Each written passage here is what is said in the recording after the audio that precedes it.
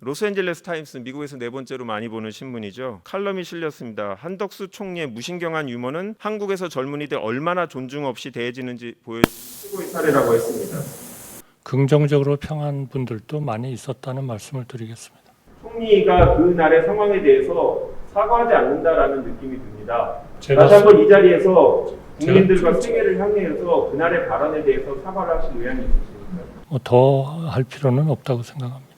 외신 기자 간담에 대해서 문의를 드리겠습니다. 아시다시피 농담이 두 가지가 있었는데 결국 통역기 오작동에 관한 농담을 하시면서 문제가 되자 나중에 경위와 무관에게 국민에게 사과한다라는 서면 입장문을 내셨습니다. 저는 일단 총리님께서 어떤 경위로 농담을 하셨는지, 그리고 왜 굳이 사과를 하실 때 경위와 무관하게 사과를 하신다고 하셨는지 그 입장이 궁금합니다. 당시에 이 통역기가 제대로 작동 안 하는 데 대한 굉장한 좀 불만이 있었기 때문에 분위기를 좀 누그러뜨리고 좀 양해를 구하는 차원에서 좀 짤막한 그런 말씀을 드린 것이 좀 오해를. 그런 사정이 있었다고 하더라도 경위와 무관하게라는 건 마치 내 구체적인 상황을 설명을 하면 당신은 내가 그런 말을 할 수밖에 없었던 것을 납득할 것이다 라는 입장 아닙니까? 지금도 그렇게 생각하십니까? 저로서는 조금 26분에 대한 하나의 그런 우리의 이해와 통역기가 잘 작동을 안 하는 것에 대한 좀 이해를 구하는 차원에서 네, 알겠습니다. 얘기했는데, 당시에 이제 상황을 보면 준비가 제대로 되지 않아서 뭐 마이크를 누구한테 넘기고 총리님께서 준비한 직원들한테 되게 짜증이 난 표정이셨고,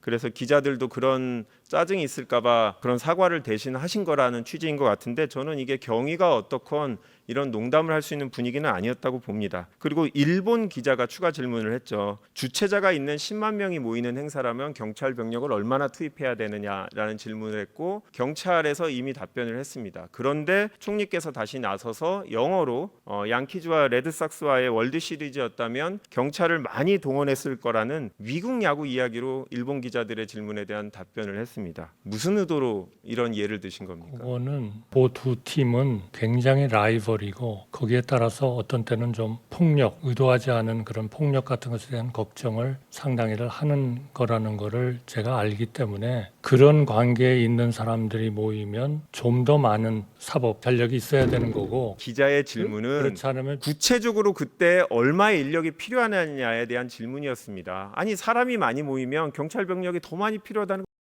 됩니까? 질문에 대해서 정보성 답변이 전혀 아니었고, 그 일본 기자들과 동일한 의문을 갖고 있는 저와 같은 사람들에 대해서는 무시당하는 느낌이었습니다. 그런 것도 모르고 질문을 하냐는 느낌이었고, 오늘 다른 의원 질의할 때 해외 언론은 별다른 문제를 삼지 않았다라고 답변을 하셨죠. 저는 그렇게 보고를 그래서 제가 봤더니 로스앤젤레스 타임스, 미국에서 네 번째로 많이 보는 신문이죠. 칼럼이 실렸습니다. 한덕수 총리의 무신경한 유머는 한국에서 젊은이들 얼마나 존중 없이 대해지는지 보여주는 최고의 사례라고 했습니다.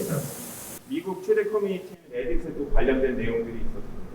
제가 다 찾아보지 않았습니다. 더 많은 외신에서 그런 문제가 있었을 겁니다. 저는 이런 발언을 하셨는데 이제 와서 해외 언론에서 문제를 삼지 않았다고 변명하는 그 태도 자체에 다시 한번 좀 의문이 들었습니다. 긍정적으로 평한 분들도 많이 있었다는 말씀을 드리겠습니다. 긍정적으로 평한 분이 있었다라는 거는 총리가 그날의 상황에 대해서 사과하지 않는다라는 느낌이 듭니다. 저는 총리께서 그날 국민에게 사과한다고 얘기하셨는데, 이건 국민만이 아니라 희생자가 속한 여러 나라의 국민들한테 다 사과를 해야 되는 상황이었다고 생각합니다. 다시 한번 이 자리에서 국민들과 세계를 향해서 그날의 발언에 대해서 사과를 하실 의향이 있으십니까? 더 할 필요는 없다고 생각합니다.